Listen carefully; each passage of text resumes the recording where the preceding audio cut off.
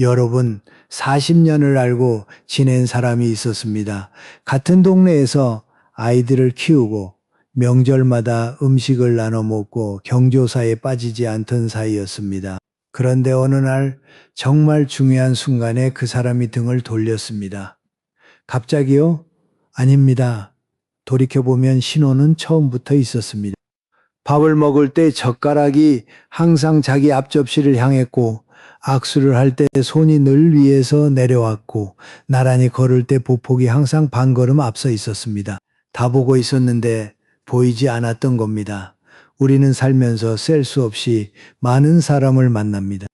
그리고 그중 누군가에게 마음을 열고 시간을 내어주고 믿음을 건넵니다. 그런데 그 믿음이 잘못되었을 때 상처는 생각보다 훨씬 깊고 오래갑니다. 나이가 들수록 더 그렇습니다.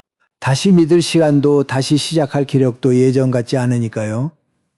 말은 꾸밀 수 있습니다. 표정도 숨길 수 있습니다. 하지만 몸은 거짓말을 못합니다.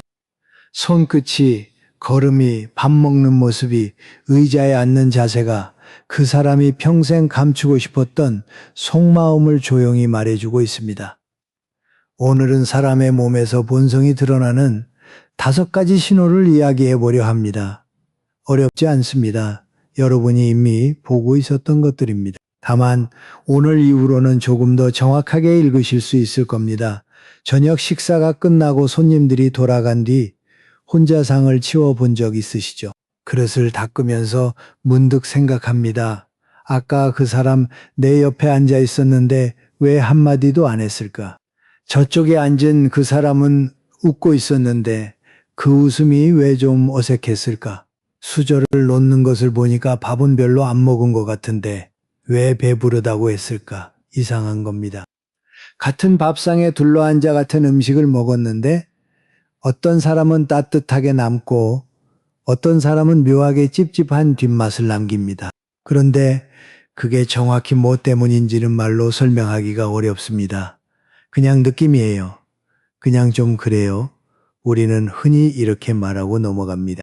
사실 그 느낌이 틀린 적은 거의 없었습니다. 다만 그때는 이름을 붙이지 못했을 뿐이죠. 오늘 그 느낌의 이름을 한번 붙여보겠습니다. 천천히 하나씩. 그런데 이야기를 시작하기 전에 하나만 여쭤보겠습니다. 여러분은 살면서 사람을 잘못 본 적이 있으십니까? 있으시면 숫자 1, 없으시면 숫자 1을 댓글에 남겨주십시오. 솔직히 말씀드리면 저는 1입니다. 저도 여러 번 잘못 보았습니다. 자, 그러면 첫 번째 이야기를 시작하겠습니다. 사람을 처음 만날 때 우리는 대개 얼굴을 먼저 봅니다.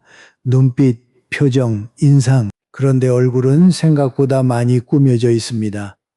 웃는 법을 연습한 사람도 있고 부드러운 표정을 만드는 데 익숙한 사람도 있습니다. 하지만 손은 다릅니다. 손은 연습이 잘 안 됩니다.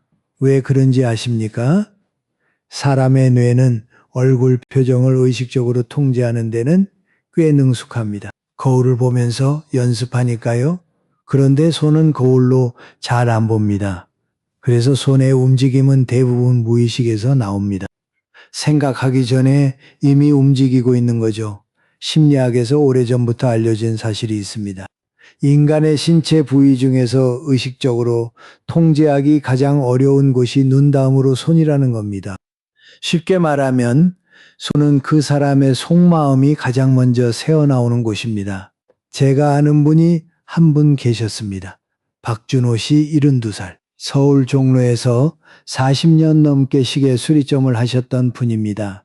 가게 문을 닫으신 지 한참 되었지만 저는 그분의 손을 아직도 기억합니다. 손가락 마디마다 기름때가 배어 있고 검지 끝은 핀셋 자국으로 달아 있었습니다. 보기에 곱지 않은 손이었죠. 그런데 이상한 게 있었습니다. 손톱만큼은 항상 짧게 깎여 있고 깨끗했습니다. 제가 한번 여쭤봤습니다. 어르신 손은 이렇게 거친데 손톱은 왜 항상 그렇게 깔끔하십니까? 박준호 씨가 웃으면서 말씀하셨습니다. 시계를 맡기러 오는 사람들이 내 손을 봐요. 가게가 작으니까 카운터에서 바로 수리를 하거든. 손님이 앉아서 내 손을 보고 있는데 손톱이 지저분하면 이 사람한테 내 시계를 맡겨도 될까 하는 생각이 들겠죠. 내 손은 못생겼지만 더럽지는 않게 하자. 그게 내가 할 수 있는 예의야. 그 말이 오래 남았습니다. 손톱 하나에 예의가 들어있다. 사소한 것 같지만 사실은 전혀 사소하지 않습니다. 심리학에서도 비슷한 이야기를 합니다. 손톱을 포함해서 손끝의 작은 습관들. 예를 들어 깨끗하게 유지하는 사람인지 아니면 완전히 방치하는 사람인지를 보면 그 사람이 일상을 어떤 태도로 살고 있는지가 꽤 정확하게 드러난다는 겁니다. 물론 직업에 따라 손이 거칠 수는 있습니다. 그건 당연한 거죠. 중요한 건 거친 것과 방치한 것은 다르다는 점입니다. 박준호 씨의 손이 정확히 그 차이를 보여줍니다. 그리고 손에서 하나 더 봐야 할 것이 있습니다. 바로 악수입니다. 박준호 씨가 한 번은 이런 이야기를 해주셨습니다.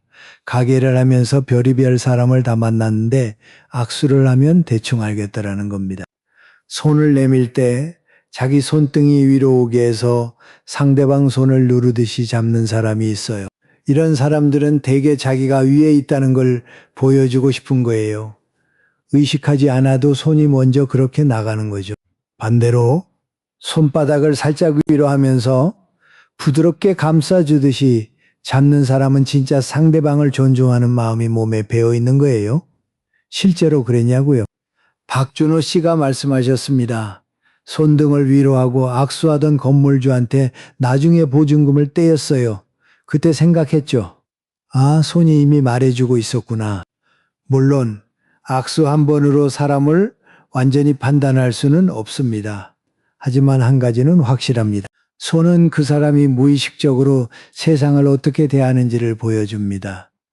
위에서 누르는지, 나란히 잡는지, 부드럽게 감싸는지 이런 말이 있습니다. 손은 잠기지 않은 일기장이다. 누구나 읽을 수 있는데 정작 쓰고 있는 본인은 자기 손이 뭘 말하고 있는지 모릅니다. 다음에 누군가를 만나시면 얼굴보다 먼저 손을 한번 보십시오. 손톱이 어떤지, 악수가 어떤지, 대화하는 동안 손이 편안한지 불안한지. 그 조용한 손끝에 그 사람의 첫 번째 진실이 적혀 있을 겁니다. 그런데 손보다 더 정직한 곳이 있습니다. 바로 밥상입니다. 여러분, 사람의 본성이 가장 솔직하게 드러나는 곳이 어디라고 생각하십니까? 저는 밥상이라고 생각합니다. 이유는 간단합니다. 먹는 행동은 수십 년 동안 굳어진 본능이기 때문입니다. 말은 상황에 따라 바꿀 수 있고 옷차림은 자리에 맞게 고를 수 있습니다. 하지만 밥을 먹는 모습만큼은 아무리 노력해도 완전히 꾸며지지 않습니다. 생각해 보십시오. 어렸을 때 부모님한테 배운 밥상머리 교육이라는 게 있었습니다. 어른 먼저 수저를 드신 다음에 먹어라. 반찬을 골라 먹지 마라. 소리 내지 마라. 그게 왜 그렇게 중요했을까요? 밥상에서의 행동이 곧 그 사람의 인격이라는 걸 우리 부모님 세대는 이미 알고 계셨던 겁니다. 제가 한 분의 이야기를 들려드리겠습니다. 김순옥 씨, 71살 부산에 사시는 분입니다. 김순옥 씨에게는 40년 가까이 알고 지낸 친구가 한 명 있었습니다. 둘이서 시장 근처 된장찌개 집에 자주 갔습니다. 작은 가게였죠. 반찬이 4-5가지 나오고 된장찌개 하나에 밥 2공기. 그게 전부였습니다. 그런데 김순옥 씨가 어느 날 문득 이상한 걸 느꼈습니다. 반찬이 나오면 그 친구의 젓가락이 항상 먼저 움직였습니다. 그것도 꼭 제일 좋은 반찬, 제일 큰 조각, 제일 신선한 것을 먼저 집었습니다. 그러고 나서 이렇게 말했습니다. 언니 먹어, 많이 먹어. 입으로는 권하는데 손은 이미 골라놓은 겁니다. 김순옥 씨는 아무 말도 하지 않았습니다. 밥 먹으면서 그런 걸 가지고 뭐라 할 수는 없으니까요. 그냥 속으로 생각했습니다. 아, 이 사람이 이렇구나. 세월이 더 지나고 나서 정말 중요한 일이 생겼을 때 그 친구가 똑같은 행동을 했습니다. 좋은 기회가 왔을 때 자기 몫을 먼저 챙기고 그 다음에 입으로는 언니도 해봐 하고 권했습니다. 밥상에서 하던 것과 정확히 같은 순서였습니다. 김순옥 씨가 나중에 이렇게 말씀하셨습니다. 그때 된장찌개 집에서 이미 다 보고 있었어요. 그런데 설마 밥 먹는 것 가지고 사람을 판단하겠어 하고 넘겼죠. 지금 생각하면 밥상이 제일 정확했어요. 지금도 김순옥 씨는 그 된장찌개 집에 갑니다. 같은 자리에 앉아서 같은 메뉴를 시킵니다. 혼자요? 그런데 신기하게도 혼자 먹는 밥이 더 편하다고 하셨습니다. 밥상에서 봐야 할 것은 또 있습니다. 반찬이 하나 남았을 때 그 사람이 어떻게 하는지를 보십시오. 마지막 한 조각을 아무렇지 않게 집어먹는 사람이 있고 잠깐 멈칫하면서 상대방을 쳐다보는 사람이 있습니다. 그 찰나의 멈칫함. 별것 아닌 것 같지만 거기에 그 사람의 배려심이 전부 담겨 있습니다. 흔히 이런 말을 합니다. 잘 사주는 사람이 좋은 사람이다. 비싼 데 데려가주고 많이 시켜주고 내가 내게 하는 사람이 넉넉한 사람이다. 꼭 그렇지는 않습니다. 진짜 넉넉한 사람은 비싼 밥을 사주는 사람이 아니라 마지막 반찬 한 조각을 조용히 여러분 쪽으로 밀어주는 사람입니다. 아무 말 없이요. 그 작은 손짓에 그 사람의 진심이 들어 있습니다. 밥상은 거울과 같습니다. 얼굴을 비추는 거울이 아니라 마음을 비추는 거울. 작은 밥상 하나가 그 사람이 평생 어떻게 살아왔는지를 조용히 보여줍니다. 여러분, 오늘 저녁 밥상에서 한번 주위를 천천히 둘러보십시오. 함께 먹고 있는 그 사람의 젓가락이 어디를 향하고 있는지, 그 손이 무엇을 말하고 있는지 거기에 답이 있을 겁니다. 이 이야기가 여러분 마음에 조금이라도 닿으셨다면 구독 버튼 한번 눌러주십시오. 좋아요도 한번 눌러주시면 매주 이렇게 여러분과 마주 앉아 이야기를 나눌 수 있습니다. 그것만으로도 저에게는 큰 힘이 됩니다. 자, 이제 밥상을 떠나서 밖으로 나가 보겠습니다. 길 위에서 사람을 만날 때 우리가 무의식적으로 가장 먼저 보는 것이 무엇인지 아십니까? 걸음걸이입니다. 생각해 보시면 그렇습니다. 멀리서 누가 걸어오고 있으면 얼굴이 보이기 전에 걸음이 먼저 보입니다. 아, 저 사람 좀 급하구나. 저 사람은 어디가 불편한가 보다. 저 사람은 여유가 있네. 우리는 이미 걸음만 보고도 상당히 많은 것을 읽고 있습니다. 다만 그것을 의식하지 못할 뿐이죠. 걸음걸이는 거짓말을 못합니다. 이유가 있습니다. 걷는 동작은 대부분 자동화된 행동이기 때문입니다. 뇌가 일일이 명령하지 않아도 몸이 알아서 움직이는 거죠. 그래서 걸음에는 그 사람이 의식적으로 통제하지 못하는 것들이 고스란히 묻어납니다. 자존감, 불안, 조급함, 여유, 피로, 삶을 대하는 태도 전부 발끝에 실려 있습니다. 여러분, 아침에 공원에 가시면 걷고 있는 사람들을 한번 천천히 관찰해 보십시오. 같은 공원 같은 길인데 걷는 모습이 전부 다릅니다. 어떤 사람은 등이 곧고 시선이 앞을 향해 있습니다. 어떤 사람은 고개를 푹 숙이고 발끝만 보면서 걷습니다. 어떤 사람은 뭐가 그리 급한지 거의 뛰다시피 걷고 어떤 사람은 발을 질질 끌면서 간신히 움직입니다. 발을 끌면서 걷는 사람 이야기를 먼저 해보겠습니다. 이런 걸음은 단순히 다리가 아파서 혹은 나이가 들어서 그런 것이 아닌 경우가 많습니다. 물론 신체적인 이유도 있을 수 있죠. 하지만 특별히 아픈 데가 없는데도 습관적으로 발을 끄는 사람들이 있습니다. 이런 걸음에는 무의식적인 메시지가 담겨 있습니다. 귀찮다. 굳이 안 해도 되지 않을까? 대충 해도 되겠지. 몸이 먼저 그 마음을 말하고 있는 겁니다. 이런 사람들을 가까이에서 오래 지켜보면 작은 일부터 자꾸 미루는 경향이 있습니다.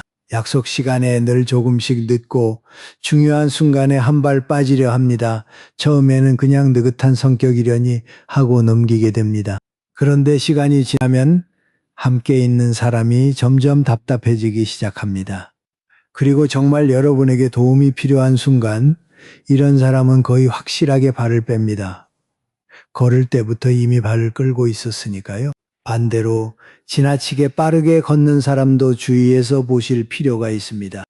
성격이 급한 거 아닌가 하고 넘길 수도 있지만 그 안에는 좀 더 깊은 것이 숨어 있습니다. 빠른 걸음 뒤에는 조급함이 있고 조급함 뒤에는 불안이 있습니다. 빨리 어딘가에 도착해야 한다는 강박, 지금 이 순간에 머무르는 것이 불편하다는 마음, 이런 사람들과 함께 있으면 대화도 빨라지고 판단도 즉흥적이 됩니다. 깊은 이야기를 나누기가 어렵습니다. 왜냐하면 이 사람은 항상 다음 장소, 다음 일, 다음 사람을 향해 걸어가고 있기 때문입니다. 지금 여기에 여러분 곁에 온전히 있지 않는 겁니다. 제가 아는 분이 한 분 계십니다. 이상철 씨, 75살 젊었을 때 군인이셨습니다. 군대에서는 걸음이 빨라야 살아남습니다. 이상철 씨도 평생 빠르게 걸으셨습니다. 어디를 가든 반걸음 앞서고 뒤돌아볼 일이 없었습니다. 그런데 3년 전에 무릎 수술을 받으셨습니다. 회복하면서 다시 걷기 시작했는데 예전처럼 빠르게 걸을 수가 없었습니다. 처음에는 답답하셨다고 합니다. 왜 이렇게 느리지? 나한테 왜 이러는 거야? 그런데 천천히 걷기 시작하면서 이상한 일이 생겼습니다. 전에는 보이지 않던 것들이 보이기 시작한 겁니다. 공원 벤치에 앉아있는 노부부, 산책하는 강아지, 길가에 핀 꽃, 바람 냄새. 30년을 걸었던 같은 길인데 전혀 다른 길이 된 것처럼 느껴졌다고 하셨습니다. 이상철 씨가 이런 말씀을 하셨습니다. 젊었을 때는 빨리 가야 한다고만 생각했어요. 늦으면 안 된다, 뒤처지면 안 된다.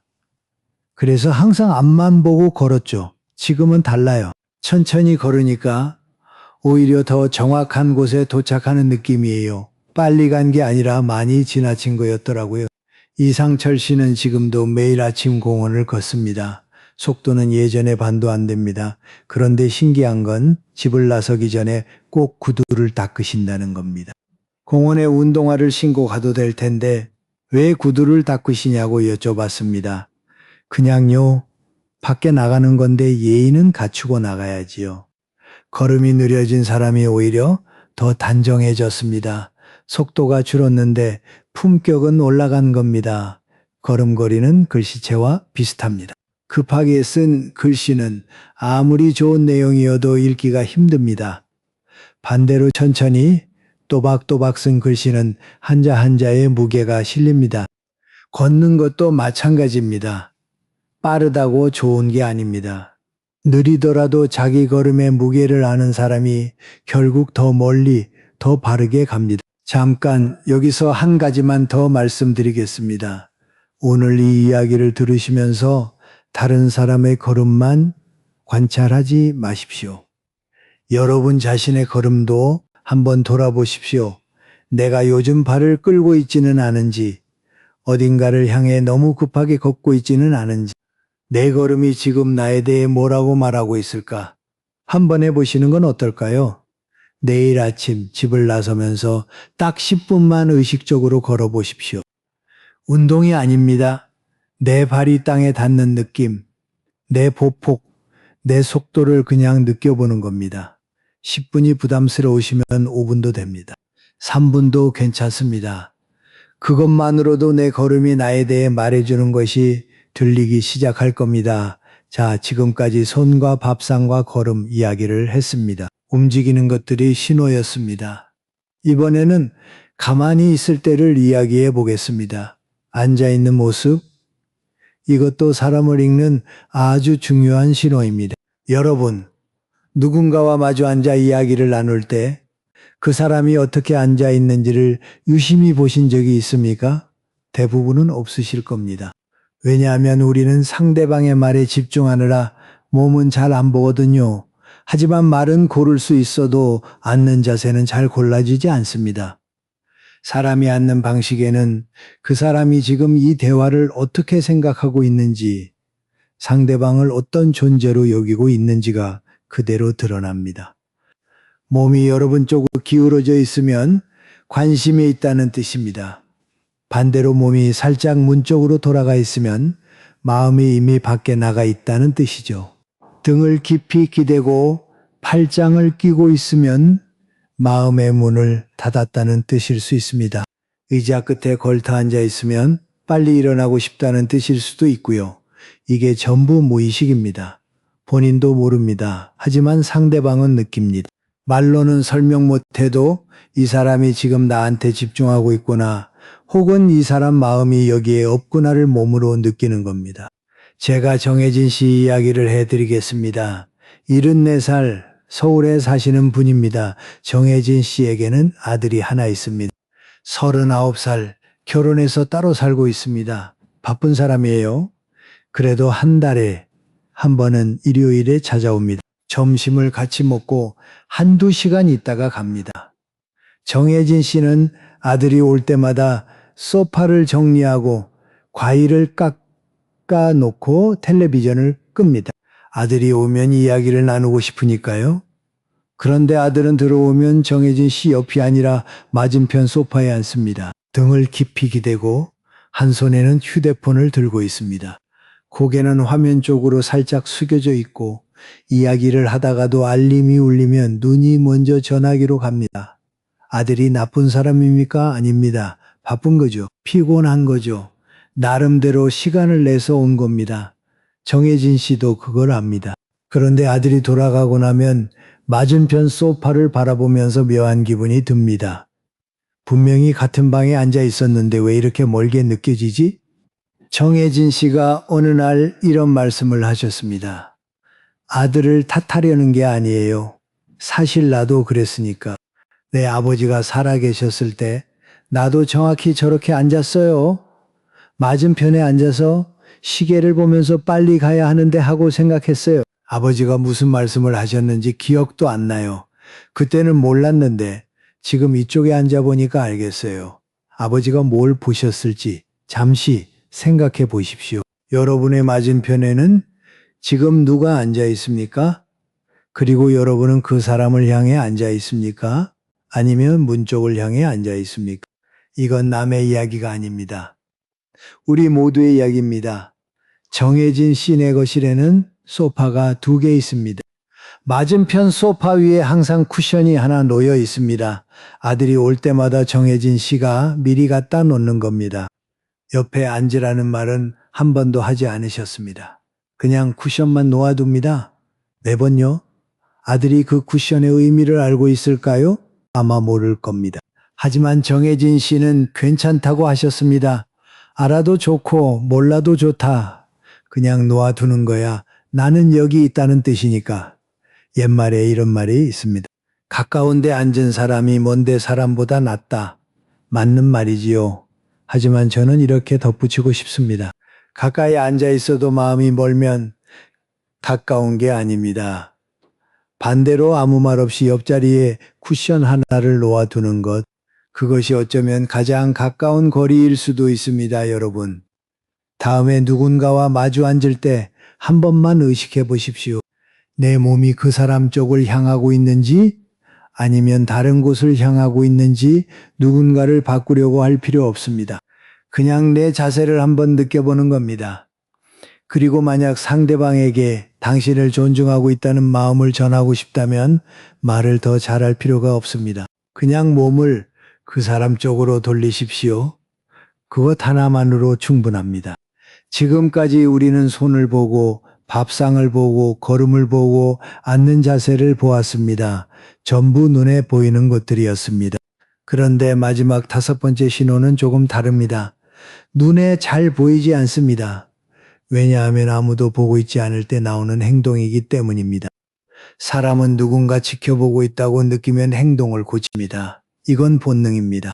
손님이 오면 집을 치우고 사진을 찍을 때 표정을 만들고 중요한 자리에서는 말을 가려 합니다. 당연한 거죠. 그런데 문제는 그렇게 고친 행동이 그 사람의 진짜 모습이 아니라는 겁니다. 진짜 모습은 아무도 안 볼 때 나옵니다. 혼자 있을 때 택배 상자를 어떻게 처리하는지, 식당에서 다 먹고 나갈 때 의자를 밀어넣는지 그냥 두고 가는지, 엘리베이터에서 뒤에 오는 사람을 보고도 닫힌 버튼을 누르는지 열린 버튼을 한 번 더 누르는지 이런 것들입니다. 하나하나는 정말 사소합니다. 그래서 대부분 그냥 넘어갑니다. 하지만 이 사소한 것들이 쌓이면 그 사람의 진짜 인격이 됩니다. 제가 아는 분이 한 분 계십니다. 이야기를 하나 해드리겠습니다. 우리 동네에 작은 슈퍼마켓이 하나 있습니다. 주인 아주머니가 이른이 넘으셨는데 거동이 좀 느리십니다. 계산도 느리고 거스름돈 세는 것도 좀 오래 걸립니다. 어느 날 줄이 좀 길었습니다. 앞에 계산하던 분이 아주머니한테 이렇게 말했습니다. 아유, 좀 빨리 좀 해주세요. 뒤에 사람 많잖아요. 말투가 딱히 거칠지는 않았습니다. 그냥 짜증이 살짝 섞여 있었을 뿐이죠. 그리고 거스름돈을 받더니 확인도 안 하고 가방에 쑤셔 넣고 나갔습니다. 그 다음 사람은 달랐습니다. 아주머니가 거스름돈을 천천히 세는 동안 가만히 기다렸습니다. 그리고 돈을 받으면서 이렇게 말했습니다. 감사합니다. 오늘 날씨가 춥죠? 건강 조심하세요. 딱 그 한마디였습니다. 아주머니 표정이 달라졌습니다. 아이고 고마워요 하면서 웃으셨습니다. 아마 그 한마디가 그날 하루를 버티게 했을 겁니다. 두 사람 다 물건을 샀고 돈을 냈고 거스름돈을 받았습니다. 같은 상황, 같은 시간, 같은 장소. 하지만 작은 행동 하나의 차이가 두 사람의 인격 전체를 보여주었습니다. 여기서 중요한 것은 이겁니다. 짜증을 낸 사람도 아마 회사에서는 잘 웃고 친구들 앞에서는 다정한 사람일 수 있습니다. 하지만 아무도 신경 쓰지 않는 동네 슈퍼에서 거동이 느린 할머니 앞에서 그 사람의 진짜 모습이 나온 겁니다. 사람의 본성을 가장 정확하게 보려면 화려한 자리가 아니라 아무도 보지 않는 자리를 보십시오. 옛날 어르신들이 이런 말씀을 하셨습니다. 그 사람이 어떤 사람인지 알고 싶으면 윗사람한테 어떻게 하는지를 보지 말고 아랫사람한테 어떻게 하는지를 보라. 정확한 말입니다. 여기서 한 걸음 더 나가겠습니다. 아랫사람보다 더 정확한 기준이 있습니다. 바로 자기한테 아무 도움이 안 되는 사람에게 어떻게 대하는지를 보는 것입니다. 도움이 될 사람에게는 누구나 잘합니다. 사장님, 선생님, 중요한 거래처, 이런 사람들 앞에서는 얼마든지 예의 바를 수 있습니다. 하지만 나한테 아무런 이익이 없는 사람, 다시는 안 만날 사람, 내가 잘해줘도 돌아올 게 없는 사람, 이런 사람 앞에서 어떻게 행동하는지가 그 사람의 진짜 크기입니다. 혹시 여러분 주변에 이런 분이 있지 않습니까? 중요한 사람 앞에서는 한없이 부드럽고 상냥한데 택시 기사님한테는 말이 짧아지고 아파트 경비원한테는 눈도 안 마주치는 사람. 이런 사람의 다정함은 다정함이 아닙니다. 계산입니다. 반대로 아무도 안 보는 데서도 의자를 밀어놓고 물을 잡아주고 감사합니다 한마디를 잊지 않는 사람. 이런 사람의 친절은 진짜입니다. 몸에 배어 있는 겁니다. 여러분은 어떠십니까? 이 질문은 남을 판단하라는 뜻이 아닙니다. 나를 돌아보라는 뜻입니다. 그리고 여기서 한 가지 중요한 이야기를 하고 싶습니다. 혹시 지금까지 듣고 계시면서 이런 생각이 드셨을 수 있습니다. 나도 저런 습관이 몇 개 있는 것 같은데 나도 걸을 때 발을 좀 끌었던 것 같고 밥 먹을 때 내 것부터 챙겼던 적이 있는 것 같고 아들 앞에서 내가 먼저 전화기를 받던 적이 있는 것 같은데 이러면 이미 늦은 걸까? 아닙니다. 절대 아닙니다. 그렇게 생각하신다면 한 가지만 기억해 주십시오. 알아차렸다는 것 자체가 이미 변화의 시작이라는 사실을요. 대부분의 사람들은 자기 습관을 알아차리지도 못합니다. 평생 발을 끌면서 걸으면서도 내가 발을 끌고 있다는 걸 모릅니다. 밥상에서 자기 것을 먼저 챙기면서도 내가 그러고 있다는 걸 의식하지 못합니다. 그런데 여러분은 지금 알아차리셨습니다. 그것만으로도 이미 반은 바뀐 겁니다. 사람의 뇌는 놀라운 능력이 있습니다. 신경가소성이라고 하는데요. 쉽게 말씀드리면 이렇습니다. 뇌는 나이에 상관없이 새로운 습관을 만들 수 있습니다. 70이 넘어서도 80이 넘어서도 뇌는 바뀔 수 있습니다. 단 조건이 하나 있습니다. 억지로 참으려고 하면 안 됩니다. 그 대신 알아차리고 다르게 한번 해보고 그걸 기억하면 됩니다. 윤대식 씨 이야기를 해드리겠습니다. 77살이십니다. 윤대식 씨는 평생 아내한테 고맙다는 말을 한 번도 한 적이 없는 분이었습니다. 밥을 차려줘도 옷을 다려줘도 병원에 같이 가줘도 당연한 거라고 생각했습니다. 고맙다는 말은 왠지 쑥스럽고 그런 말을 하면 체면이 안 선다고 느꼈습니다. 우리 세대 남자들이 대부분 그렇지 않습니까? 그러다가 2년 전에 아내가 갑자기 쓰러졌습니다. 병원에 입원했습니다. 며칠 동안 중환자실에 계셨습니다. 복도 의자에 앉아서 기다리는데 갑자기 이런 생각이 들었다고 합니다. 내가 그 사람한테 고맙다는 말을 한 번이라도 했었나? 기억이 안 나는 겁니다. 50년을 같이 살았는데 한 번도 안 한 것 같은 겁니다. 그때 처음으로 무서웠다고 하셨습니다. 병이 무서운 게 아니라 말 한마디 못한 채 보내게 될까봐 무서웠다고. 다행히 아내분은 퇴원하셨습니다. 집에 돌아온 첫날 윤대식 씨가 말을 하려고 했습니다. 고마워. 이 세 글자가 나오지 않았습니다. 입까지 올라왔는데 목에서 막혔습니다. 50년 동안 한 번도 안 해본 말이니까요. 입이 그 모양을 모르는 겁니다. 그래서 윤대식 씨가 한 가지를 하셨습니다. 냉장고에 포스트잇을 하나 붙였습니다. 거기에 세 글자를 적었습니다. 고마워. 매일 아침 냉장고를 열 때마다 그 글자가 보입니다. 처음에는 그걸 보면서 속으로만 읽었습니다. 일주일쯤 지나서 아내가 밥을 차려주었을 때 입에서 작은 소리가 나왔습니다. 고마워. 아내가 뭐라고 했는지 아십니까? 아무 말도 안 했습니다. 그냥 잠깐 멈추더니 다시 반찬을 놓았습니다.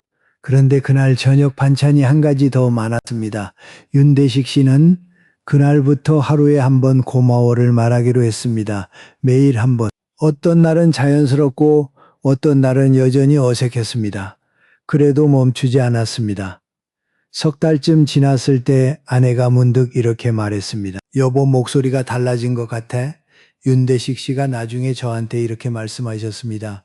목소리가 달라진 게 아니에요. 마음이 달라진 거예요. 고맙다는 말을 자꾸 하니까 진짜 고마운 게 보이기 시작하더라고요. 말이 마음을 바꾼 겁니다. 내가 마음을 바꾼 게 아니라 한마디가 달라졌을 뿐인데 사람이 달라졌습니다. 여러분에게도 그런 한마디가 있지 않습니까? 꼭 고맙다가 아니어도 됩니다. 미안했어도 되고 잘하고 있어도 되고 오늘 수고했어도 됩니다. 한 번도 안 해본 말이라서 어색한 그런 한마디요. 로마의 철학자 세네카는 매일 밤 잠들기 전에 하루를 돌아보는 습관이 있었다고 합니다. 오늘 내가 어떤 말을 했는지, 어떤 행동을 했는지, 고칠 것은 무엇인지. 2000년 전 사람이 매일 밤 그렇게 했습니다. 거창한 수련이 아니었습니다. 그냥 하루를 돌아본 겁니다. 여러분도 해보실 수 있습니다. 매일 밤 잠들기 전에 딱 한 가지만 떠올려 보십시오. 오늘 내가 한 작은 행동 중에 하나, 좋았든 아쉬웠든 상관없습니다. 판단하지 마십시오. 그냥 떠올리기만 하면 됩니다. 5분이면 됩니다. 3분도 괜찮습니다. 눈을 감고 오늘 하루를 한번 천천히 되감아 보는 겁니다. 이것은 잘못을 고치는 것이 아닙니다. 나를 만나는 것입니다. 오랫동안 바빠서 가족 챙기느라 살아내느라 미처 들여다보지 못했던 나 자신을 조용히 만나보는 시간입니다. 아까 손 이야기를 하면서 손은 잠기지 않은 일기장이라고 했습니다. 그렇다면 작은 행동은 그 일기장에 매일 한 줄씩 써지는 문장입니다. 오늘 어떤 문장이 써졌는지는 여러분만 압니다. 그리고 내일 어떤 문장을 쓸지도 여러분만 정할 수 있습니다. 바꾸지 못할 것은 없습니다. 다만 바꾸려고 억지로 힘을 줄 필요는 없습니다. 알아차리면 됩니다. 알아차리고 한번 다르게 해보고 그걸 기억하면 됩니다. 그것이 쌓이면 사람은 바뀝니다. 77에도 바뀝니다. 80에도 바뀝니다. 자, 오늘 긴 이야기를 나눴습니다. 5가지 신호를 하나씩 되짚어 보겠습니다. 첫째, 손은 잠기지 않은 일기장입니다. 손톱의 상태, 악수의 각도, 대화 중 손의 움직임, 그 사람이 세상을 어떻게 대하고 있는지가 손글에 다 적혀 있습니다. 둘째, 밥상. 밥상은 마음을 비추는 거울입니다. 젓가락이 먼저 향하는 곳, 마지막 반찬 앞에서의 멈칫함, 비싼 밥을 사주는 것보다 반찬 한 조각을 조용히 밀어주는 손이 더 많은 것을 말해줍니다. 셋째, 걸음걸이. 걸음은 글씨체와 같습니다. 빠르다고 좋은 게 아니고 느리다고 나쁜 게 아닙니다. 자기 걸음의 무게를 아는 사람이 결국 가장 바른 곳에 도착합니다. 넷째, 앉는 자세. 가까이 앉아 있어도 마음이 멀면 가까운 게 아닙니다. 몸이 누구를 향하고 있는지를 말해줍니다. 때로는 아무 말 없이 옆자리에 쿠션 하나 놓아두는 것이 가장 가까운 거리입니다. 다섯째, 작은 행동. 아무도 보지 않을 때의 행동이 그 사람의 진짜 크기입니다. 그리고 그 작은 행동은 바꿀 수 있습니다. 알아차리고 한번 다르게 하고 기억하면 됩니다. 77에도 바뀝니다. 결국 사람을 보는 일은 마지막에는 나를 보는 일이 됩니다. 노자가 이런 말을 했습니다. 남을 아는 것은 지혜이고 나를 아는 것은 밝음이다. 사람을 잘 보는 것은 똑똑한 일입니다. 하지만 그보다 더 어렵고 더 귀한 일은 나 자신을 보는 것입니다. 오늘 이야기의 끝은 거기에 있습니다. 남의 손을 보고 남의 밥상을 보고 남의 걸음을 본 다음에 마지막으로 내 손을, 내 밥상을, 내 걸음을 한번 돌아보는 것. 그것이 오늘 이야기가 여러분께 드리고 싶었던 진짜 선물입니다. 여러분, 혹시 오늘 이야기를 들으시면서 떠오른 사람이 있으십니까? 아, 그 사람. 밥 먹을 때 그랬지. 악수할 때 그랬지. 걸을 때 그랬지. 이런 기억이 하나쯤은 떠오르셨을 겁니다. 그 이야기를 들려주십시오. 댓글로 남겨주시면 됩니다. 손을 보고 사람을 알아챈 적이 있다. 밥상에서 그 사람의 본성을 느꼈다. 걸음을 보고 뭔가 이상하다고 생각했는데 나중에 맞았다.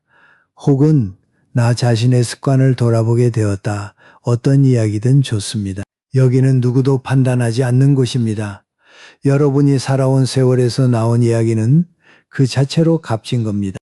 그리고 여러분의 그 한마디가 지금 이 영상을 보고 있는 다른 누군가에게는 큰 위로가 될 수 있습니다. 같은 시대를 살아온 사람만이 줄 수 있는 위로가 있으니까요. 그리고 혹시 주변에 이 이야기를 들었으면 좋겠다 싶은 분이 계시면 보내주십시오.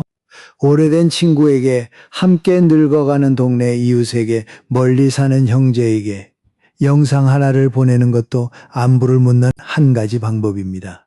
전화하기는 좀 그렇고 그냥 넘기기도 그렇고 그럴 때 이 영상 하나 보내시면 됩니다. 그것만으로 나는 여전히 당신을 생각하고 있다는 뜻이 전해질 겁니다.